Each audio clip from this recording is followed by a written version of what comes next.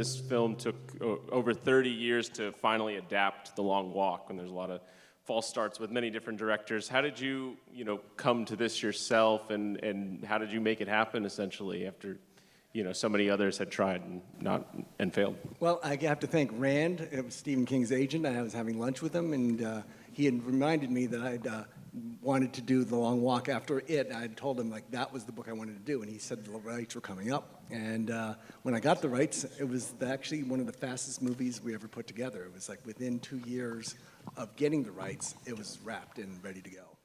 Thank you, Rand. Yeah. He's in here somewhere.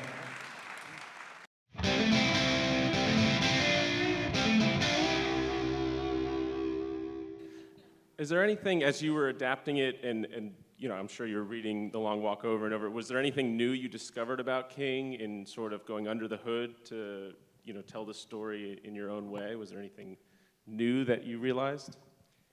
He draws characters so well, and I knew that if I didn't get the characters right, the movie wouldn't work. And I knew if it wasn't cast right, the movie wouldn't work. So there were a few benchmarks we had, but it was terrifying adapting it because there are 100 walkers in the book, and I knew we had to make this into a movie that was under 2 hours, so we had to amalgamate characters. We had to sort of eliminate characters, but I didn't want them to be eliminated completely, so we would maybe take one away, but spread them around, and you'll find the DNA of other characters and certain characters you love. But it was all about finding, bringing those characters to life properly, because I think that's what Stephen King's strength is. I mean, he's a narrative genius, but really his strength is his fleshing out these characters. And the same thing happened to me. I read The Long Walk. It was the same feeling I felt when I got done with the Dark Tower series. I didn't want to read another book for a long time afterwards because I felt like I'd lost friends. And I wanted people, after they saw this movie, to feel like they'd lost friends.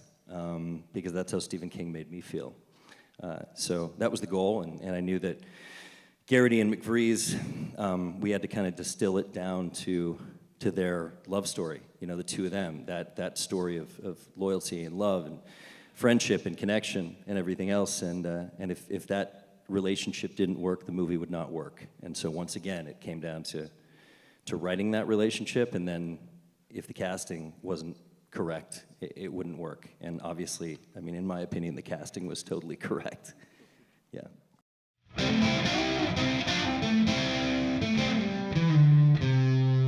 I don't know about you guys, but we would shoot long takes, 9-10 minute takes sometimes, because we had long scenes. And I don't know about y'all, but I would get nervous towards the end of certain takes, because I'm like, oh, this is a good one. We're really in it this time. This is a good one. And I don't want to mess up my final line here in this scene. But yeah, we all were kind of locked in, and we had no other choice but to just be in it. And towards the end, when you're seeing us limp and you're seeing us ache, that's all real, man.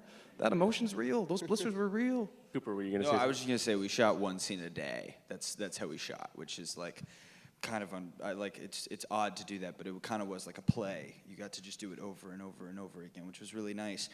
But if someone fucked up their line, it was really annoying to reset because we'd be walking back 2 miles to reset.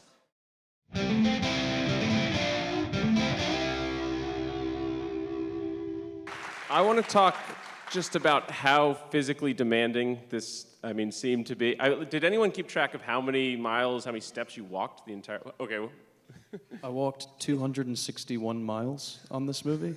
Not only I, but all the background actors, our ADs, our sound team, the makeup department, they were all walking there with us, and it was not a one-man show by any means.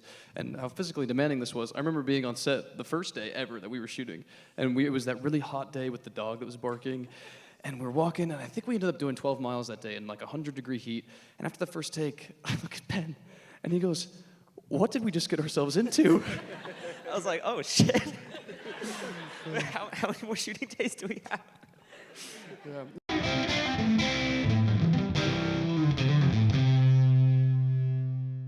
At what point in the process did you determine it was going to be 3 miles per hour? Because I think the book is 4, right? Which I guess is physically impossible. Roy Lee. That was one of the only notes that Stephen sent back whenever he read the script and said he loved it, but he wanted it to be reduced from 4 to 3 because he thought it would be really impossible for these kids to do that. Roy called me and said Stephen King wants it reduced to 3. And I wrote back to the email, and I was like, it says 4 in the book. Does he not know that? And he said, yeah. He said he wrote it when he was really, really young, and he was wrong. And he's always wanted that to be changed. So we were able to do a revision, like a late revision to the novel for Mr. King, which was really cool.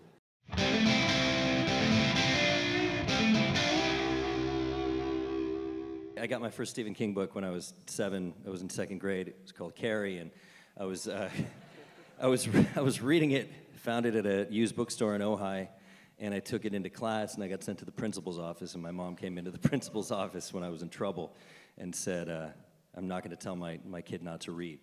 And so from that, it took me a long time to get through that book, but and I didn't understand most of it. But I became a constant reader at that point, and became a giant fan of Stephen King, and he informed so much of my style as a prose writer and now as a screenwriter, and I'll be forever indebted to him. But I told Roy when we were working on Strange Darling, the movie that we made together a couple years ago, I love Stephen King, and he knew I loved Stephen King, and when I finished editing that movie, he was like, what do you want to do next? And I said, I'd love to write something. And he said, how about The Long Walk? And I said, yeah, I'd love to write The Long Walk. But he said I had to meet Francis Lawrence. Francis Lawrence had to choose me. And I met with Francis, and Francis said, I want to make the movie that Stephen King wrote in that book. Like, I want to go hard, I want to go all the way, and I want to keep the DNA of that book. And that was exactly the screenplay I wanted to write. So I'm eternally grateful to Roy Lee and Francis Lawrence, and I think Francis did a tremendous job going all the way with this film. And thank God Stephen King liked the script, because that was probably the scariest moment of my professional life, hearing that Stephen King was going to read the script and tell us whether he liked it enough or not. And yeah, thank God. I mean, LIONSGATE had to like it first, and they did. We had Meredith and Aaron and everybody over there on our side, but then the last stop was Stephen King, and that was scary. That was really, really scary, but he liked it. It was fucking amazing.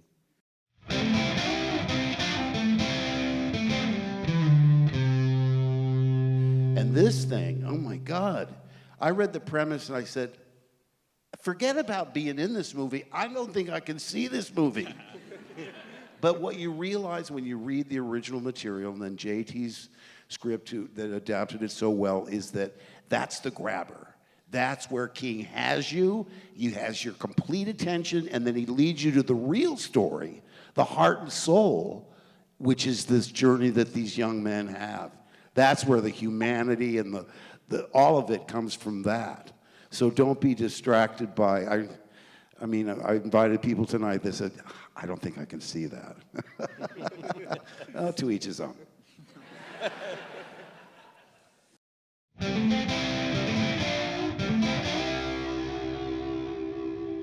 Judy, what was it about JT's writing that, I mean, your performance, I mean, is just so raw and visceral. Yeah.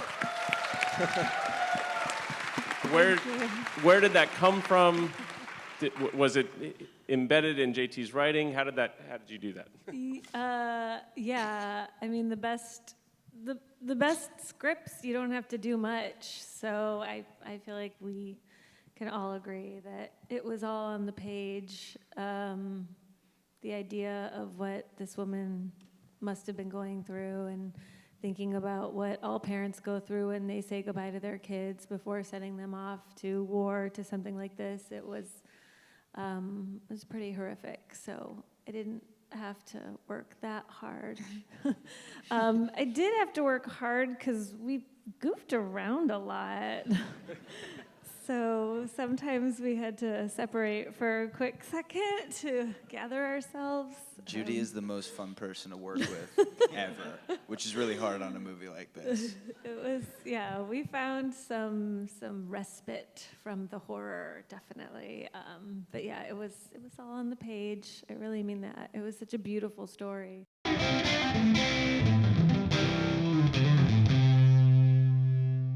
I wanted to hear from Charlie as well. Your character's really complex. You know, you kind of hate him at times, but then you feel so bad for him. Like, what was your entry point into this character?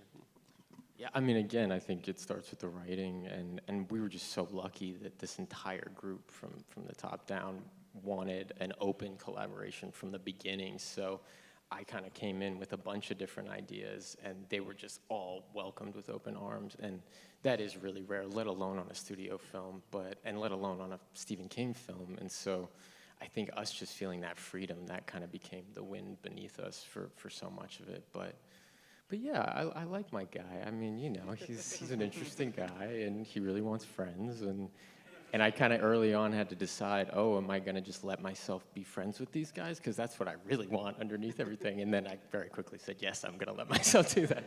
And that became the rest of the experience. But yeah, we got really, really lucky.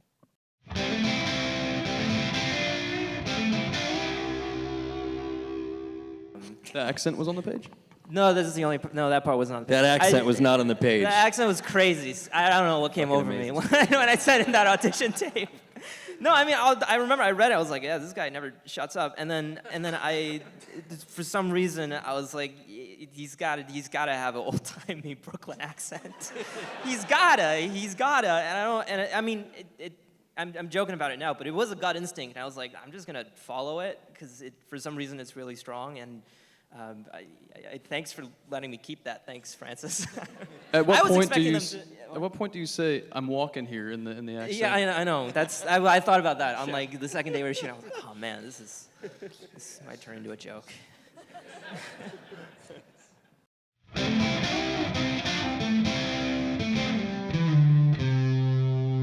Me and David just became friends quite quickly. We didn't really have to find it. It was kind of just there, which is quite nice. And I feel like, you know, I'll speak for David on this one. I feel like we found that with everyone in the movie. You know, it was kind of easy, which is a kind of boring story, but that's kind of the truth. Yeah. I fully disagree. Great. No, I'm joking. I definitely agree. No, honestly, you know, working with Cooper is genuinely one of those experiences, and I will speak for all of us actually as young actors trying to figure this out. You know, this is a dream, making movies and making a Stephen King, you know, novel, and working with the whole team at LIONSGATE, JT and Francis. This is a dream. But to take it to another step is to have things that feel so easy and natural, even when you're doing the hardest possible things. And working with Cooper and the rest of these boys was exactly that. So, yeah.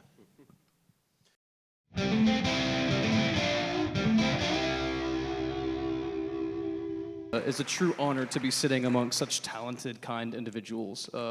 You know, yes, we bonded with these characters that we played, but we bonded more with each other behind the scenes. And this is a bond I will never forget, and I am incredibly, incredibly grateful for what this film has meant to me and this chapter of my life.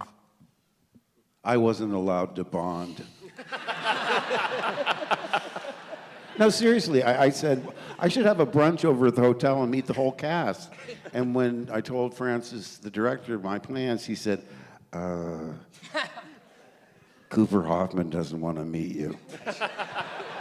I was testing something out. I said, what? I was figuring it out, guys. What? I don't know what to tell you. And I realized, he said, he's afraid he's going to like you. And I said, of course.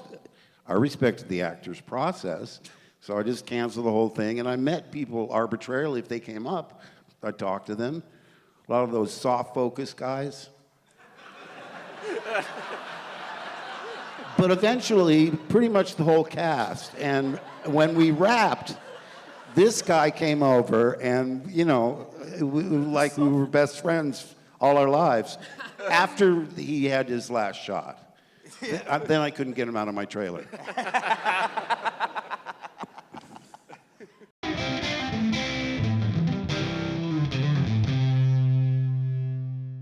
What do you want audiences leaving, feeling, or thinking?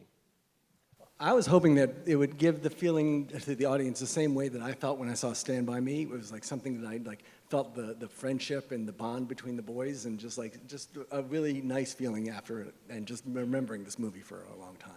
You know, there's lots that the movie observes and says, and it can be a metaphor for a number of things. But I think at core, the most relatable and accessible thing to look at is love. And I've never really written a screenplay that's not a love story on some level. And this is all about like relationships and how they matter more than anything you can work for your whole life that's material. So I hope people will leave with that. That's beautiful. Well, yeah. Hey, thanks for watching. Don't forget to like and subscribe.